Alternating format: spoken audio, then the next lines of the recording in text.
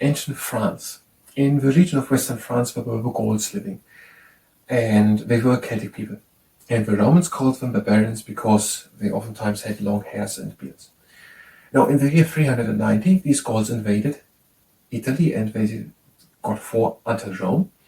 But then they withdrew, but they stayed for 200 years in northern Italy.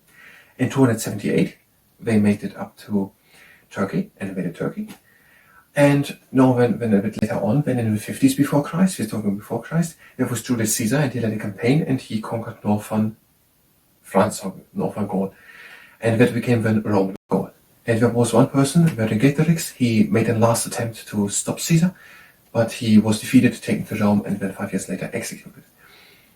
Now, and when some time happened, and then in the year, during the 5th century, in 486, there was Clovis, and he was a Frank, and he invaded the Roman Gaul, and he possessed it then, he won, and then he ruled there, and the Merovingian kingdom was created, lasting until 718, and then from onwards, 718 onwards until 987, it was the Carolingian in France. Now, at one time there was when Charles II of France fighting against, in the 9th century, against Louis the German and Lothair, and in 843 there was made the Treaty of Verdun, and that basically gave Charles II of France the region which is today's France as rule.